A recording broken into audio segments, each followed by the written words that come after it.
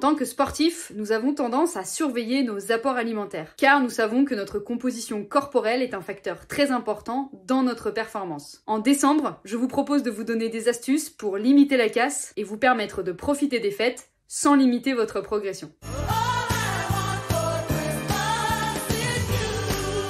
Mon premier conseil concerne la gestion des apports glucidiques et donc limiter les trop grandes fluctuations de la glycémie. La glycémie, c'est le taux de sucre ou de glucose dans notre sang. Le glucose est utilisé par le cerveau et pour faire fonctionner nos muscles, donc dans nos gestes au quotidien et pendant nos efforts physiques. Lorsque l'on ingère du glucose, il y a 3 possibilités de réaction du corps. Soit nous sommes en mouvement et nos muscles demandent du glucose. Donc le glucose que nous ingérons est directement utilisé. C'est ce qui se passe pendant un effort physique. Deuxième possibilité, notre dernier repas remonte à plusieurs heures, ce qui est notamment le cas le matin, et où, entre 2 repas, nous avons fait un effort physique. Dans ce cas, nos réserves de glucose sont légèrement épuisées, et donc le corps va prioritairement recharger ses stocks pour d'éventuels autres exercices physiques à venir. Troisième possibilité, nos stocks sont pleins et nous sommes inactifs. Alors le corps va transformer ce glucose et le stocker dans nos réserves de graisse. Pour éviter cette dernière situation que nous ne recherchons pas en tant que sportifs, il est possible de mettre en place 5 petites astuces au quotidien. La première astuce est d'essayer de consommer des proportions raisonnables. On peut goûter à tout, manger de tout, mais sans pour autant que la charge totale du repas soit très importante. Ma deuxième astuce est de privilégier un maximum des aliments peu glucidiques, qui ne font pas monter la glycémie. Pour cela, je vous recommande de privilégier un maximum les protéines, qui sont très difficilement stockées par l'organisme et qui, en plus, apportent une sensation de satiété rapide et prolongée. Ma troisième astuce est de penser à boire beaucoup. Tout d'abord parce que l'hydratation est nécessaire pour une meilleure assimilation des nutriments, mais aussi parce que le fait de boire beaucoup trompe en partie la sensation de faim en remplissant le bol alimentaire. Ma quatrième astuce est de limiter les apports sur les autres repas de la journée, notamment au petit déjeuner, afin d'épuiser vos stocks de glucose et ainsi d'obliger votre organisme à les remplir. Enfin, mon cinquième et dernier conseil va dans cette logique, et c'est de pratiquer une activité physique plus ou moins longue et intense avant le gros repas. Votre corps, pendant ce gros repas, aura pour premier objectif de vous aider à récupérer et non de stocker. Retrouvez-moi très vite dans une prochaine vidéo où je vous donnerai un nouveau conseil pour bien gérer les fêtes.